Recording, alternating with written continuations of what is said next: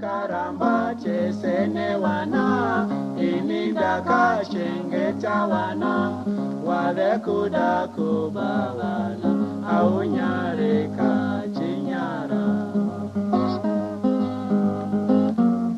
ininda kachengeta wana iwe watetereka nenyika zino wale kuchiva wana wawe kuda kubawana au nyare kachinyara kana wada wana kachindiponda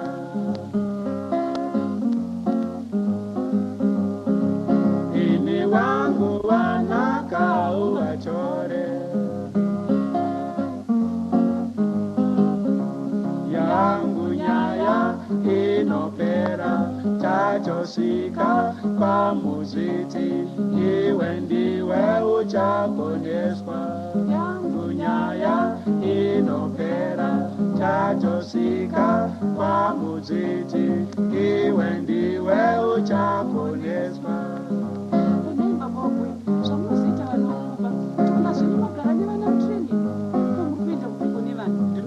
Chaniwa na boy. Uchipakachana sina kana kunditora chopani. Kundinokurambidzere kuzonana ingwa. Aundirambiza my boy. Shini anditi wakati ramba apo tesere vana. Ndikachengeta zvangu vana. Zvino anditi wakuchiva vana. Ine wangu vana kauvatore. Kana wada wana kachindiponda. Yangu nyaya inopera tatosika kwa muziti iwe ndiwe uchakoneswa yangu nyaya inopera tatosika kwa muziti iwe ndiwe uchako